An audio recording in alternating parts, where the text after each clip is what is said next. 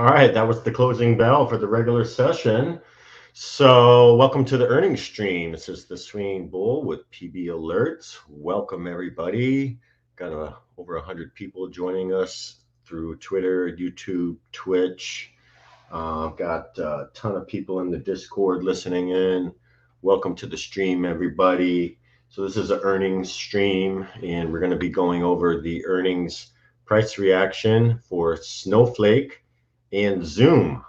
Zoom was pumping into close. Let me kind of zoom into a smaller time frame and see what we got here. I'm just going to go 1 minute since we're going to be looking at after hours price action. Zoom closed at $60.26, up almost 2% on the day for the regular session. And here we are here in after hours, up almost a half of a percent to $60.50. So it's just kind of, I know we got a couple minutes to burn before the actual earnings data comes out. So just kind of take a quick peek real quick. Snowflake reports at 4:05 p.m. Eastern. So that'll be the first one. So I think Zoom doesn't report until a little later, but 4:05 p.m. Eastern for Snow, forecast EPS 15 cents, forecast revenue 848.15 million. So we'll see what they come in at. Going into earnings, they were trading a little bit above the anchored VWAP. So just something to keep note there. Anchored VWAP is probably low 130s. Let's just kind of take a look here.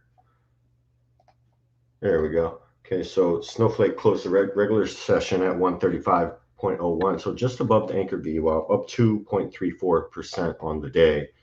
And just looking at some other, I know I'm going to keep going back to the sticks here because Zoom is kind of taking off here. But so anyways, that's Snowflake forecast for Snowflake. We'll get that data just here in a couple minutes. And for Zoom, geez, keep getting these pop-ups. Zoom actually reports also at 4:05 p.m. Eastern. So they both report at the same time. Forecast EPS for Zoom is $1.21. Forecast revenue, 1.15 billion. Okay, so we'll see what their numbers come in at. And Zoom was also trading just a little bit above their anchored VWAP, so right around 60 bucks. So let's go back to the candlesticks real quick. We've got about 3 more minutes until both of the earnings data should be released on both these stocks. Snowflake getting some little bit of buying pressure here, maybe an anticipatory move leading up to the data. Rookie Trader on Discord, what did I say about Snow? I was just giving out the forecast EPS and revenue, and it was trading a little bit above the anchored VWAP going into this earnings announcement. So we're getting some volatility, getting some flickering candles here leading up to the announcement. We got about 2 more minutes to burn until the actual data gets released. So let's kind of see what was going on in the previous earnings for both of these. So 33 analysts for Snow, consensus of a strong buy. Just looking at the EPS numbers, they typically do a good job beating EPS. The last earnings that they had on May 22nd, they did miss the EPS. So I'll be looking to see if they can kind of get back into the trend of beating the EPS or not. So we'll get those figures here in a minute. One day after the previous earnings announcements, the last earnings, they were down a little over 5% the next day. It's kind of like a $9 or $10 move. The earnings before that, they were down 18% that day. Maybe the forecasts were for EPS and revenue during that earnings was just forecasted a little too high, and they couldn't get it. Time before that, they were green 7%. So we'll see. But you know, history doesn't really show that they do a good job as far as the earnings reactions one day after the previous earnings. It's kind of a mixed bag, but more biased to they could be read the next day. So maybe those are just lofty expectations, and they're just having trouble hitting the forecasts. But we'll see. It's 4:04 p.m. Let me go back to the sticks real quick. Do got my other screen pulled up. So like I say, as soon as the data gets released, I'll definitely be posting that on YouTube for everybody. and got over 1,400 people tuning in. Wow, we're going nuts over here on Twitter. Getting an initial reaction on Snowflake, initial bearish reaction. And this is over a $10 move to the downside so far. We'll see if this ends up being the actual move. But we literally just got done talking about that, where the price of Snowflake one day after earnings announcements, a lot of times aren't really good as far as the reaction goes. So Snowflake's sitting here down 6% in after hours. It is 4:05 p.m., so I would assume the actual data is out. So let me just refresh my other screen and see what we're working with here. Let's see. Okay, got a bunch of people on Twitter making some call outs here. Pre-earnings call flow coming strong. Well, that was from Rocky on Twitter. Well, doesn't look like the people that are buying calls are winning at the moment. Got Zoom. Let's kind of go over to Zoom real quick. Again, they closed the regular session at $60.26, almost up almost 2% on the day. Sitting here in after hours, up 2.75%, up 2.77%. So initial reaction for Zoom is positive. Initial reaction for Snowflake is negative so far. We'll see. Zoom's actually pumping up pretty good here. We got lots of buying pressure. Let me refresh my other screen and get this data for Snowflake, and then I'll be able to post that for everybody. Give me 1 second. Okay, earnings are out for Snow. Got a little graphic here that's pretty easy to read. So they did, okay, so this is going to be kind of interesting to explain, but they did beat EPS, okay, by 0.02, and they did beat revenue by, looks like about 18 million. So double beat for Snowflake. Obviously, we're getting a bearish reaction. So that just tells me right there that they probably reduced forward guidance down. Okay. Got some more info here. Let's see here. Q2 product gross profit, 593.7 million. Q2 operating income was negative 355.3 million. So very much in the red on operating income. Q2 product revenue, 829.3 million. The outlook Q3 product revenue, so a little bit of guidance here. They're saying 850 to 855 million. And from what I can see, that is an adjustment downwards. So that's, we see that a lot. We've seen it a lot this year. They did double beat. They beat EPS and revenue, but adjusted forward guidance down, and that's probably for the remainder of fiscal year 2024 this year. And then they probably adjusted Q1 guidance of 2025 downwards as well. Investors hate that when because we're all forward looking, right, as investors, and just adjusting a little bit of guidance downwards definitely holds a lot more weight than them beating EPS and revenue. Gregory on Snow. Snow has sucked since they replaced the CEO. So disappointing. Yeah, it's kind of disappointing. I'm not going to lie. Let's go to the daily chart here. So they were had a nice rally coming into the earnings when they hit a low of let's see here. Let me just fix my chart a little bit. There we go. So before they rallied, they came all the way down to 107 and some change, and then rallied to 135 leading up to this earnings. Now here we are in after hours after the earnings announcements, and they're trading around 126 bucks. So yeah, kind of disappointing for the Snow Bulls, but it's not all doom and gloom. Okay. I do think Snowflake is a good company. Okay. We can kind of just look at some of the financials and fundamentals just real quick on Webull, excuse me. So PE ratio 215 does seem like a little bit on the high side there. So we'll have to check with their peers and competitors and see kind of where they fall as far as the PE ratio range goes. Yeah, Latvian on YouTube. Yeah, Snow not doing too good yet. Rallied, and then the rug got pulled a little bit here. We'll see if they can start clawing back. I mean, they wicked down to 123.50. Looks like buyers are trying to. There could be some dip buyers here. Let me go to 1 minute chart. Yeah, starting to curl up a little bit. Let me take this VWAP off here. There we go. Clean it up a little bit. Let me draw a fib on this and just see if it's hitting that 25% retrace or not. I'm just going to go to the top of this candle here. I'm not going to include that top wick, but I will include the bottom wick so we can look at the demand and stuff. So it has retraced 25%, kind of just sitting there right now. We'll see if they can claw its way back. I mean, like I said, they did have a double beat. They beat EPS, they beat revenue, but looks like some of the guidance was reduced. So that initial reaction was bad, but as the earnings data gets fully digested by investors, maybe this does, do a reverse Uno and start heading back the other direction. So a couple levels to watch on the upside. Would like to see it get back above 128, which is it's trying to test that level right now. See if it can break through. Then maybe like 29.60 and then 31 and then 33. So pretty easy. Or I'm sorry, 129 and some change, 131 and 133. So some easy levels to the upside that I would like to see broken to have some confidence that this is going to retrace all the way back. So we'll see what happens. Let me go back to the candlesticks on Zoom. Okay, so Zoom had an initial positive reaction, broke 63 here in after hours, pulling back a little bit right now.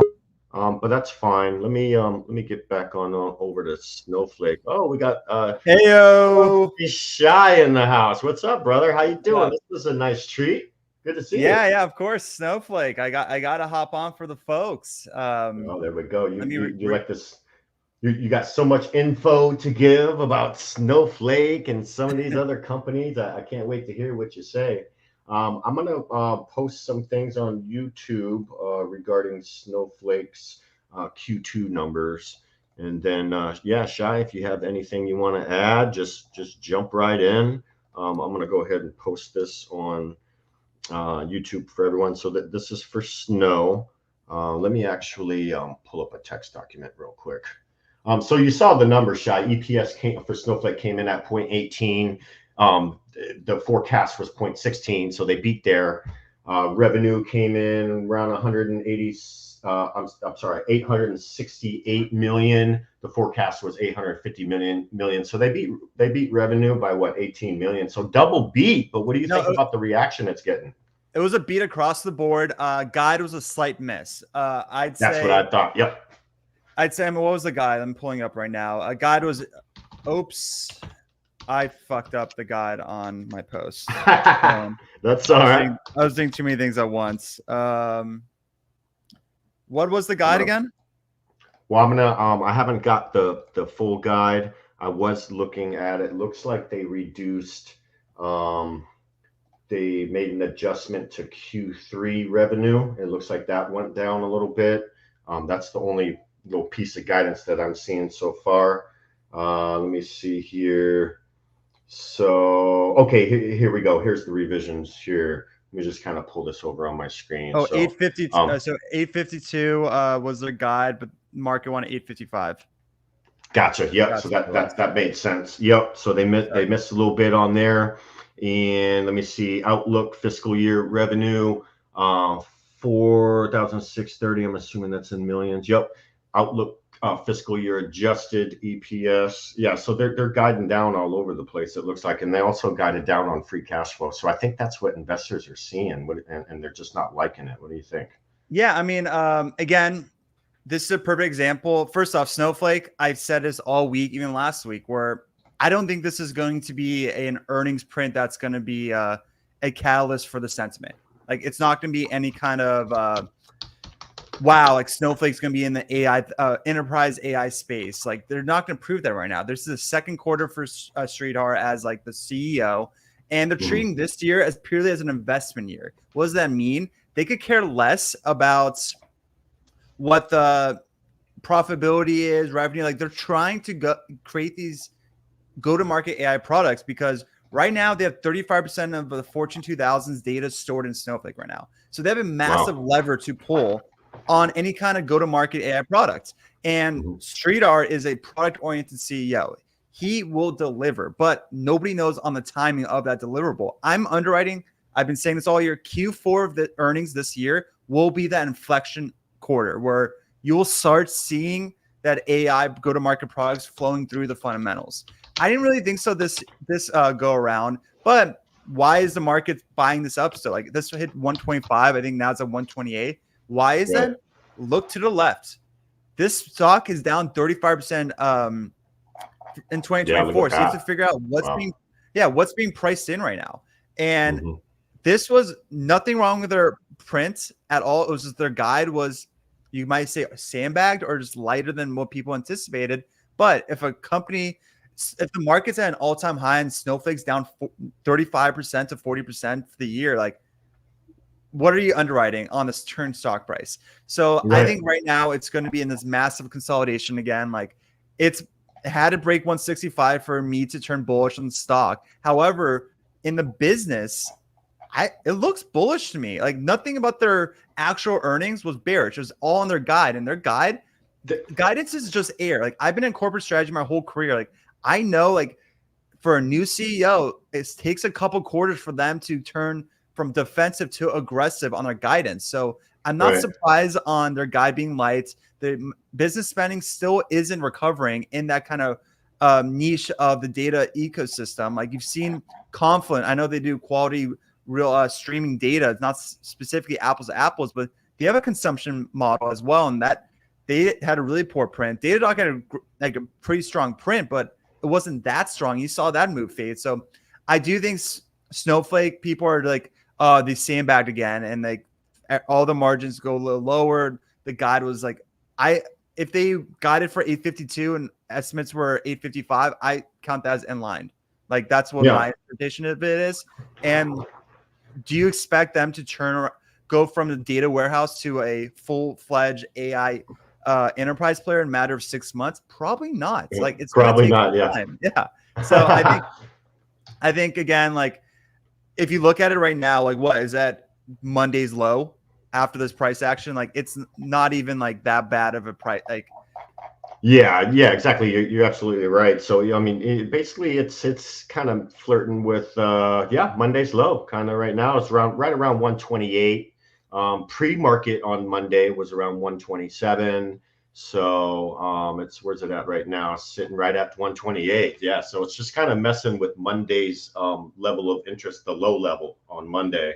And it's just crazy that the actual data, like you say, was not bad at all. And they just guided a little lower and you get the sell-off. But on a positive note, the year-over-year numbers actually still look great. I mean, they revenue for the quarter, 868 million. That's a 29% year-over-year increase. So there's growth there, right? Not even just that. I mean, look at the RPOs. If you guys don't know what RPOs is, that remaining pricing obligation, essentially what the customers are remaining to pay. That was a major beat, like a major beat. Estimates were 4. Actually, I'll post it right now.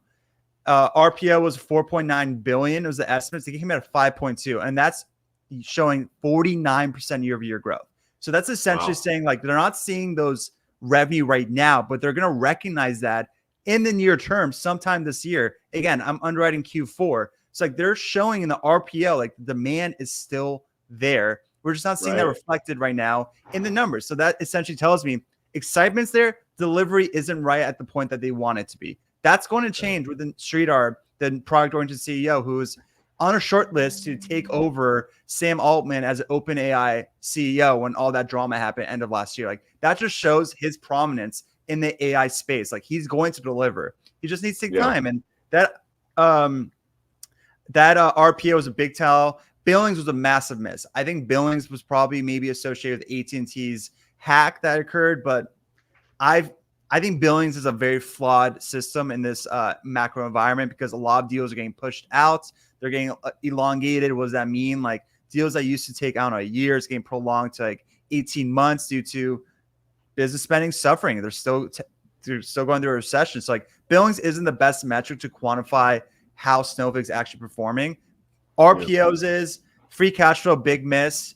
Don't love that, but again, it's an investment year. Yeah. So I think it's okay. I don't know. What does the price action tell you right now about the post earnings? I'm curious to hear your thoughts.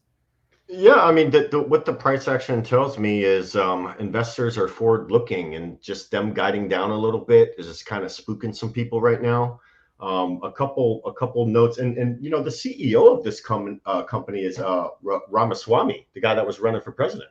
So it's just kind of a little interesting factor. If that's the same guy, I would think.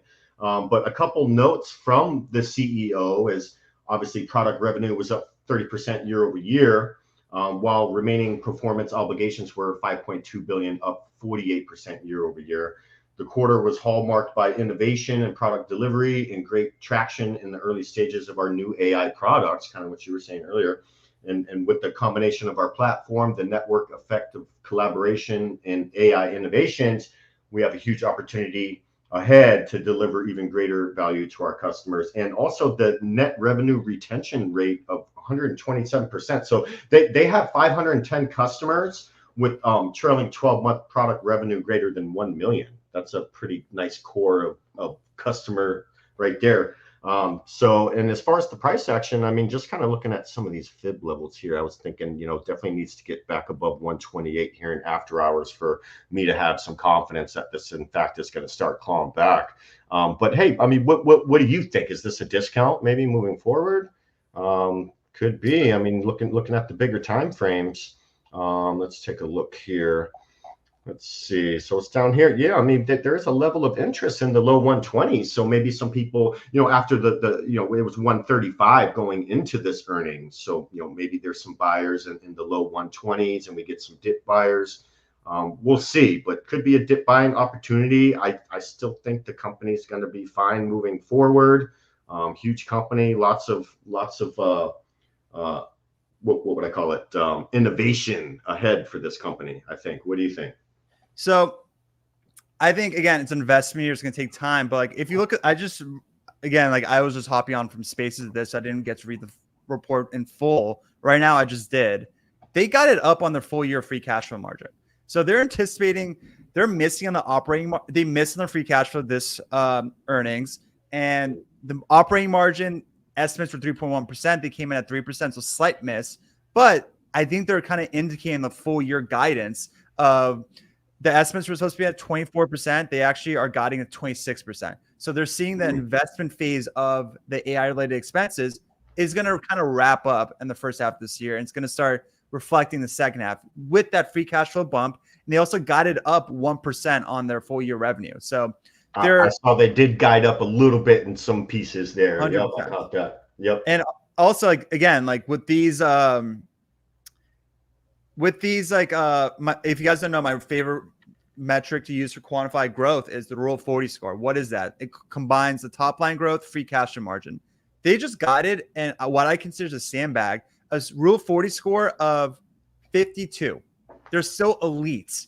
They don't just qualify for the 40. They qualify for the unicorn status at 50 plus, and that's with zero AI revenue recognition really yet. This is just an investment year. So that shows I think this is going to be a worse. It's going to pick up, and that's probably why you're seeing it not honestly, in a normal environment, when you see these numbers, that free cash flow miss was 20%. That billings miss was 7%.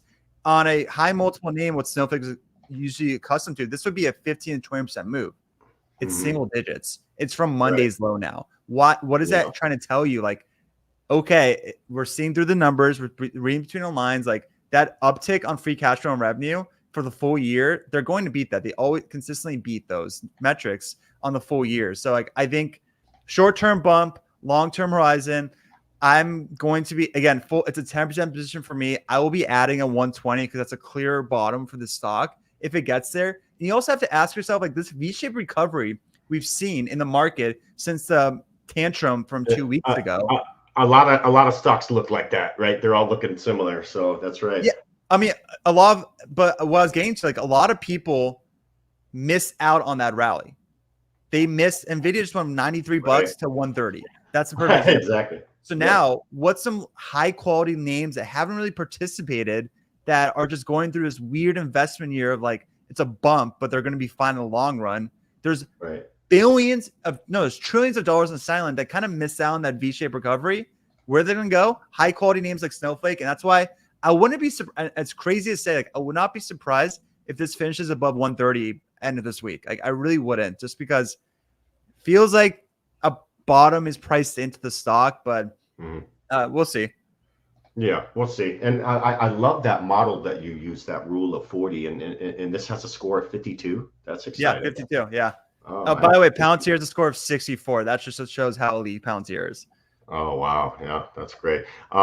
Kind of switching over to Zoom just for a second, and then we'll go back to Snowflake. Snowflake's trying to find a bottom here in after hours. It went down to 123 and some change, retraced up back to almost 129. So tried to claw back there, then got pushed down again, trying to level out. We'll see what's going to happen with it. It's trading at 125 and 74 cents. So we'll come back to that in just a second. Zoom video. What's going on here? They got a initial positive reaction. So just want to refresh my screen here and try and get some data on that, because I know some people are joining this call to get the Zoom earnings data. Got some preliminary data right here.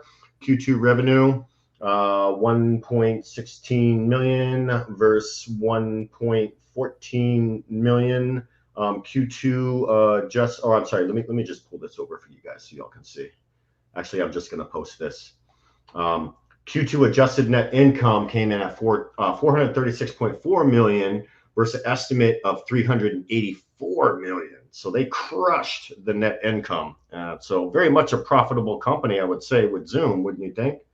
So Zoom is always, again, I wouldn't be surprised if Zoom faded this move. They do this every quarter. The numbers isn't the reason. Like Zoom should catch a bit off these numbers. That's not the issue with Zoom.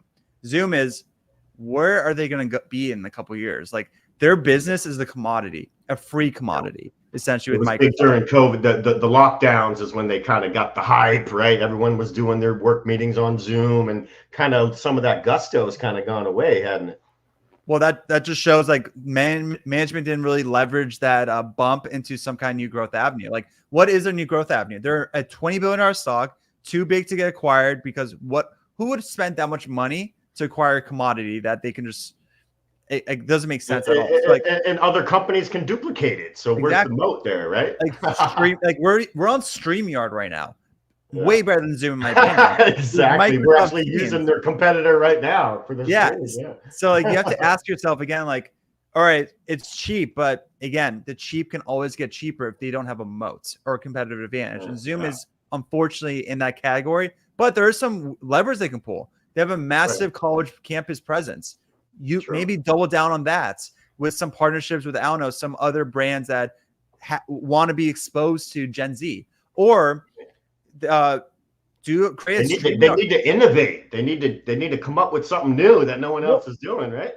create a StreamYard product. Like, why not create a StreamYard like Twitter? X, X is primed for some kind of innovation. Spaces is all vocal right now. What if there's a partnership with Zoom where it becomes more visual as well? Like, they need to utilize their partnerships in order to like get some kind of new growth avenue and bumper revenue of some sort. But again, Peloton's in the same boat, Teladoc, all three of these stocks, like, they're just dead in the water type of companies because they don't really have a moat or an advantage in the capitalistic world that we're in right now. Those get demolished and go nowhere.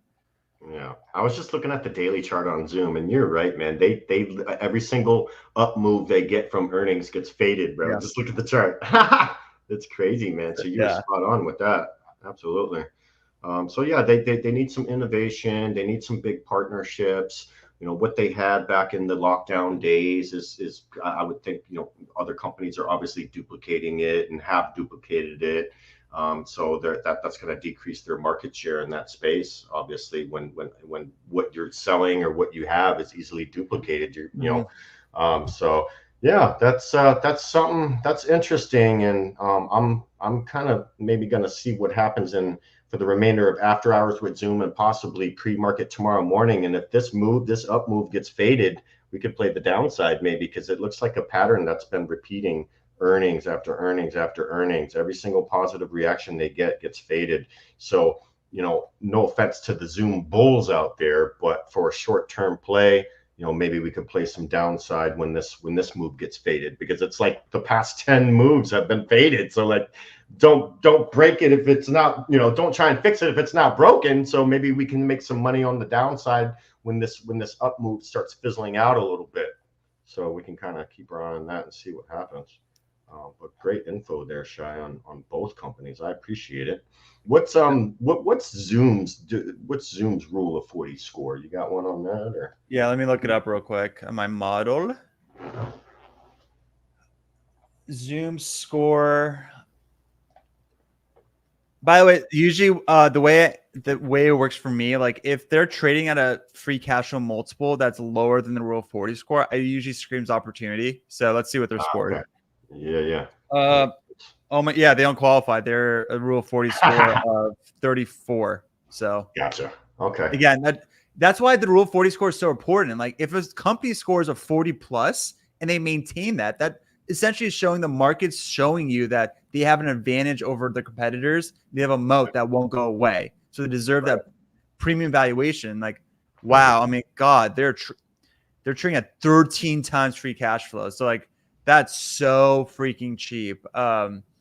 But what are you supposed to do? Like they're supposed to grow 2% on the top line for the next like 5 years. And like they're printing cash, but like, what's the point of like having this much cash if you're not reinvesting in R&D that's actually useful? Like it does. Right. It's just a weird company. I wouldn't touch it.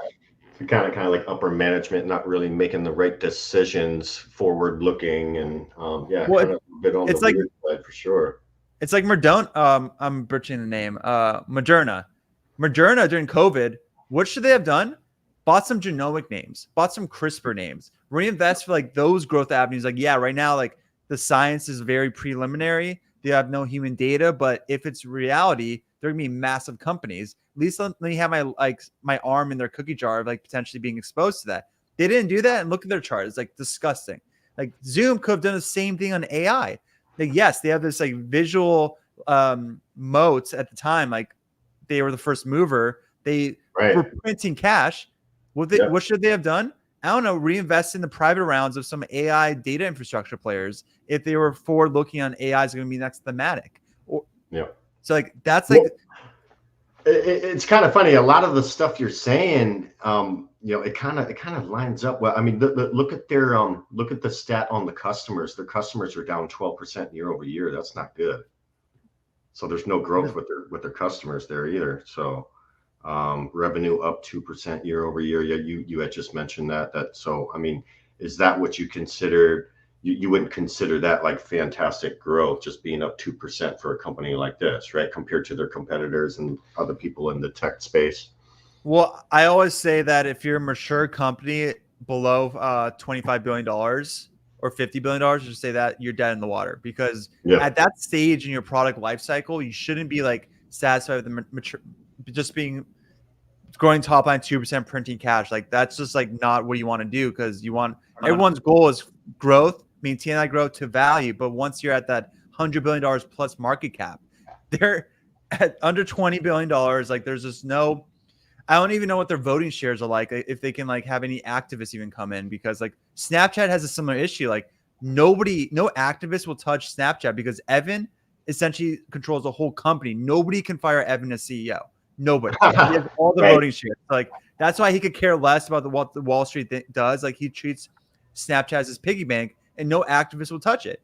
Disney's a different story, or Nike. You're seeing these blue chip brands, like they actually can adjust if the right activist joins. I don't know what Zoom's structure is, but maybe that is something they should entertain. But like, remember this: like the cheap can always get cheaper. Zoom is a perfect example of that. And imagine investing in Zoom and then missing out on NVIDIA. I got to close my window. Right. All right, no worries. So yeah, going into the earnings for Zoom, they were sitting on a forecast PE ratio of 11.93, EPS 2.69. They do not pay a dividend. Their free float was 240 million. Taking a look at some net income data here for Zoom. Net income has been rising quarter over quarter, but like a lot of the points me and specifically Shai was pointing out, It's just, what they're doing is kind of easily replicated by other companies. So as far as how long they're going to last and be able to pull these kind of numbers out, we'll see. Let's look at the balance sheet, debt to asset. Okay, 19%, not too bad. But we did have a question on YouTube. El Obrero, what's the price target for Zoom? Well, we kind of touched on that a little bit. If you go on the daily chart and just look at these previous earnings, and Shai was the one that brought it up. Perfect example here was every time they have a positive reaction to the earnings, the move gets faded, and it's happened time and time again. I mean, just pull up the daily chart and you can see these fades from the earnings jumps. So price target on Zoom, well, it's hard to say because they have a history of fading their moves. One area to look, I mean, they're trading at $61.39 right now in after hours. If they're going to maybe try and make a move, we can zoom out a little bit. This is info from about 1 year worth of info dating back to August of 2023. We do got this pretty significant volume node on the volume profile sticking out like a sore thumb here. And that's basically around $63. So, that's probably would be the level I would be looking at where there could be some sellers up there waiting. So just want to be careful with $63 level. If it can break through that, maybe look around 65. But again, take this with a grain of salt because they have a history of fading their rallies. So little hard to kind of pin it down on Zoom. Me personally, I'll probably wait for the buying to die down. We'll take a look at the data for the remainder of after hours today. I'll take a look at the pre-market data tomorrow morning, and I might be potentially shorting this move, based on the history. So we'll see what happens. Yeah. So, you gonna say something, Shai? Yeah, I was going to say, my favorite indicator to see like when to catch a falling knife is like, go on the weekly chart, look at the 50 SMA on Zoom. Like ever since that clear breakdown in August 2021, it legit has spent no more than 2 or 3 weeks above that trend. That's just non-stop selling. It's just like, there we go. Well, nobody wants to touch it. That's just it's dead. Nobody, like everyone's selling the bounce. Like nobody sees real value in the stock. Like, right. It's just one of those. Yeah. And you know what? That 50 MA on the weekly, that's $64. So that's like the mid 60s that we were kind of talking about. Yeah. That lines up. And anytime it's gotten above that 50 MA on the weekly chart, it stays up for a little bit, but ends up getting faded back down. So that would be, for anyone listening on YouTube and wherever you're at, just pop on the 50 moving average, just the regular moving average. And then you can look at some of these bigger time frames and just see where that level is at. And you can obviously see that Zoom just has had a tough time getting above it and holding above it. So that, possible resistance around 64, kind of like what we were saying. So. Yeah, I mean, the other thing I do want to call out, like for Snowflake, going back on Snowflake, like that AT&T breach they experienced was during this fiscal quarter. If this is the numbers they're reporting on that, then wow, it was a really good quarter because you have to factor in like when, first of all, that AT&T hack was on every media headline everywhere. Right. So if you're a new logo or a new customer, like entertaining the thought of hopping on Snowflake, you're probably going to pause a bit and maybe not be as aggressive towards your plan on going, essentially putting all your data into one vendor that just announced they got hacked. So like, yeah, exactly. And what happens if that snafu happens again? I mean, you're not really spreading your risk out when it comes to that. So absolutely, I agree with that. So that's why I think they beat still. Their guide is clearly there may be the weakish guide. First off, they still beat. It wasn't that much of they met. Right. They're probably anticipating there's some headwind still on that AT&T noise, but them guiding up, I'm telling you, on the free cash flow and the full top line, like that is significant, especially as is the new CEO. It's the second quarter on the earnings. Like they're going to still err on the conservative side of it. So like, I really do think they're going to still deliver top line 30%. And again, Q4 earnings, just put this in your mind. Q4 earnings, It's going to be that quarter for Snowflake. The way their sales, their contracts are set up for their salesmen, there's a way their comp set up. Like Q4 is the most important quarter for their organization. I have people, I do my own channel checks in Snowflake. Like I do know people who work there and I talk to them all the time. Like that's still the reality in that organization. However, like Sridhar, he does not take any BS. Like if he sees you slacking, there's no more like warning or like how's he in the work environment? Do people He's like all him? about business. He's all about business. All business. So like that's why I think you're gonna see them deliver. This wasn't a catalyst breaking quarter, and that I think a lot of people were hoping, like especially the run up today, it was up 3% today, up this past week, 20% past 2 weeks. I think they're anticipating like, oh, is business back to usual? Like those investment phase is over. Like that's not the case, and I called it out all week. Like I don't think it's gonna be a catalyst type of quarter. It's gonna be good enough quarter. We'll see what the market thinks it deserves, because good enough is really tricky to price in on a stock that's been down 35% for the year. Right. It needs to be a lot better than good enough. So like the data beats, yes, they beat, but it wasn't anything spectacular to kind of get the juices flowing for new investors or existing investors that want to add to their position. To be honest with you, I can see this coming right back to the 130s, Shay. I was just kind of looking at some other stuff. You know that they did an additional 2.5 billion buyback. I'm not sure if that data came in a little bit after the EPS. What? That's data. new. Yeah, that's so that's going to be something that people are going to be looking at. $2.5 billion buyback.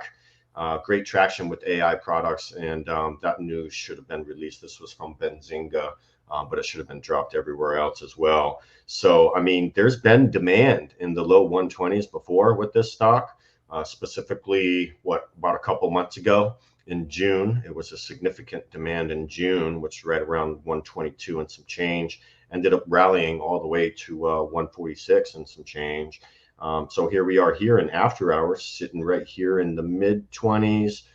Could see some dip buyers in the 120s here, especially with that news 2.5 billion additional buyback, because I guess they already had a buyback plan going on.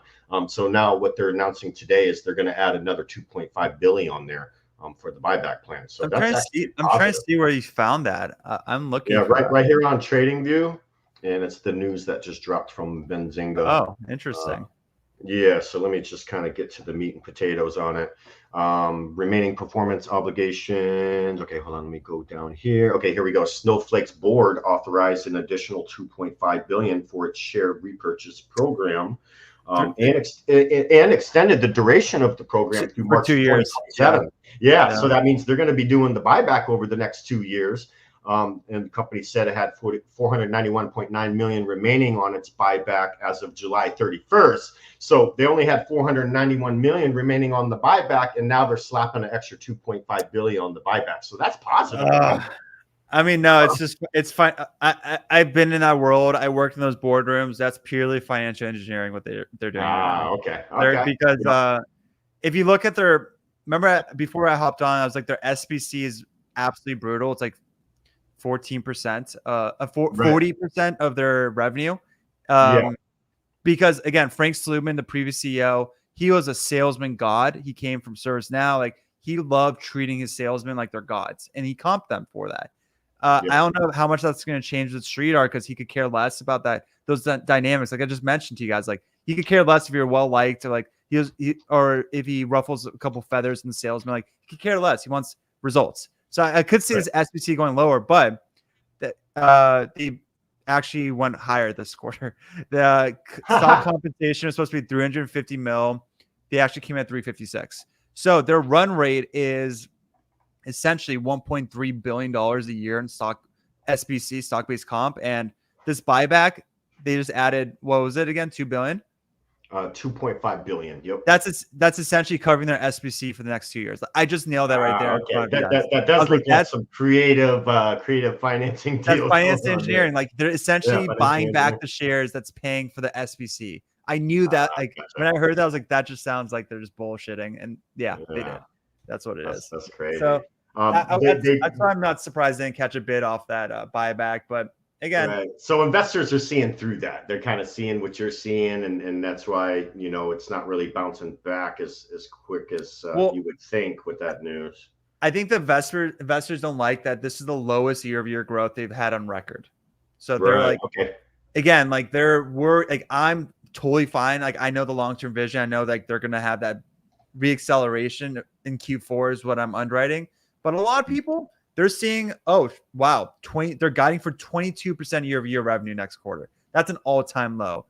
Operating margin was a miss. They just missed on free cash flow margin. Like, and they have Databricks as a main competitor. This data breach hacks may be prevented. Like, blah blah blah blah blah. There's all this fun. Well, and the funny thing, if you didn't know the history of the financials of the stock, and just someone, from a bird's eye view, say, oh, 22%, and it looks good, right? But Yeah, exactly. compared to past performance, not good.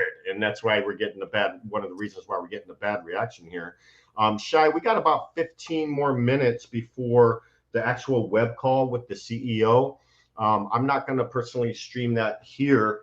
But I did want to give people, a time to take a break and stuff before that. But I did want to show people how to get to the web call with the CEO.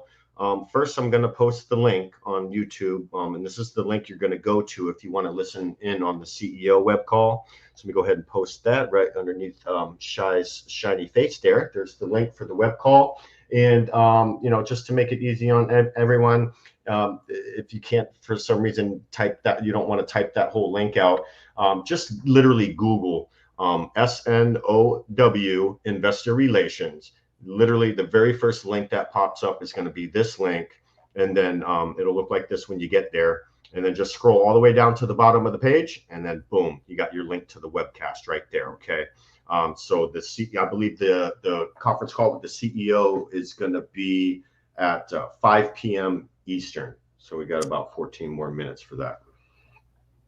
Yeah, I mean, again, the issue about Sridhar being such a product-oriented CEO, he is the worst talker ever. He's like the worst he speaker. He's not. Is the it best just speaker. like kind of like sounds like monotone, like a robot or something? Yeah, he doesn't give confidence at all. But again, maybe man. that was last quarter. That was his first earnings ever as a CEO. Maybe he had some jitters.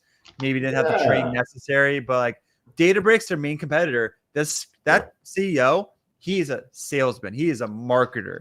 So like I do think hopefully he learned some soft skills in the past couple of months from the PR team. He's got more confidence, man. He's got more confidence. Talk with confidence. So like we'll see on that. But again, this was to put a bow on this. Like good, not great reports on a stock like Snowflake. That's a story stock where like I'm saying everything that's not really reflected in the numbers. A good quarter probably doesn't do it justice. Like it's not a catalyst changing quarter. And because of that, Q4 is going to be, we got to see Q4, right? Exactly. You're going to see you have to see Q4. And also like we're entering some seasonality weakness. September, October is brutal in the markets. Like I could see this name continuing what they've been doing the past 2 years, which is basing between 120 to 180. Like that's all they've done. It was based for 2+ years in that range. I think it's going to base from 120 to 140 for the next earnings cycle. Like I just don't think it's going anywhere. So just accordingly, like I'm going to be adding a 120. I'm going to be pounding the table and adding if it retests the 108 low. It did a couple weeks ago, but my eyes are kind of safe to that. So like 120 would be a pretty good deal in your eyes, and then also save a little ammunition in case it goes against a little bit, and then 108 would be kind of a sweet spot there. That would be a good deal on this stock. Well, if you look at 120, like 1, 2, 3, 4, 5, 6, 7, 8, 9 times it retested 120 since 2022. It got bought. So like there's a massive volume shelf there. And there's probably folks like me, I'll add a 120. And that's what's going to happen. So like I'm being patient with this name. It's not going anywhere. But I mean, just last year it went from 120 to 240. And 2023, it was sitting down here in the 120s in 2023, and basically within 12 months, it doubled. Exactly. That's a pretty good return. Yeah, it is. It is. Be patient with this name, though. Yep. Definitely be patient. But yeah, that's I'm gonna probably go get coffee before listening to the call. It's gonna be Yeah, a me big one too. for me. I got to listen Yeah. to some language to see maybe I'm wrong because I'm reading the information like you guys, but he might be saying something completely different that obviously has more weight than what my interpretation is on the data that I just saw. So don't panic. We'll see if the CEO has a little more energy than the last call he Yeah, did. Right? see, yeah, definitely see that. But if you're owning Snowflake, like here's like validation. Like this was not thesis breaking quarter. You just saw they beat on all essentially everything except for their free cash flow because they have to buy GPUs right now for their AI products, and that's stupid expensive still. So have some like qualm that like they got it up on the free cash flow and revenue for full year, treating this year's investment year, just like how if you're struggling for cash, you're going to be really, really tight on your budget for 1 year. And then you can go on from there to do whatever you want. Like they're treating this 1 year as like, we're going to get all the resources that we need necessary to tackle this enterprise AI world. And a great example I called actually during our Traders Paradise a couple weeks ago. What did you guys all do during COVID? Myself included, I'm sure Bull included. I don't know what's going to happen in 3-6 months, a year. All I know is I need to get as many resources as necessary to survive every day. Baked beans, toilet paper, everything necessary for the house. That's what loading up on supplies. Exactly. It's supplies in order to dictate what decision you want to do in the future. Snowflake's doing that right now on the GPUs and those AI related investments. Like they don't really know exactly what the AI product will be, but they want to get all the tools necessary. They're bulking up on the supplies before the cost of the supplies go through the roof, right? Exactly. So that's what they're trading. And in order to do that, they have to sacrifice on their margins and free cash flow. That's just the name of the game. Gotcha. All right, cool. Well, Shay, I appreciate all your insight, man. This definitely been a treat. All the knowledge that you came here with regarding both companies, Snowflake and Zoom. So I appreciate you coming out. It was a great surprise, and maybe we'll do this again in the future and go from there. Yeah. Hopefully better news next time.